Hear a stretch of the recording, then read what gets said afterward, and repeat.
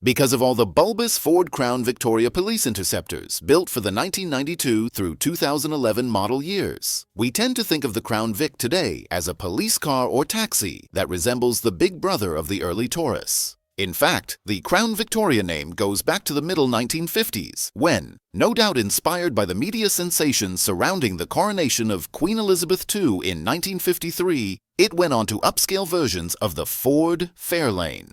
Ford revived the Crown Victoria name for 1980 when the newly downsized but still imposing top-of-the-line LTD got a Crown Victoria trim package. The LTD Crown Victoria stayed in production through 1991. Fleet sales accounted for most of the later ones, but I found this rare, luxed-up civilian 87 in a Colorado yard last month. Things got very confusing with the LTD name during the 1970s and 1980s. For the 1977 through 1979 model years, a mid-size Torino-based LTD-2 sat next to the unrelated big LTD in Ford showrooms. For 1983 through 1986, the regular LTD lived on the small Fox platform, making it a sibling to the Mustang, while the full-sized Panther-based car started out as the LTD in 1980 and then became the LTD Crown Victoria in 1983. After 1991, Ford stuffed the LTD name into the crusher, though not in Australia, where LTD badges survived well into our current century.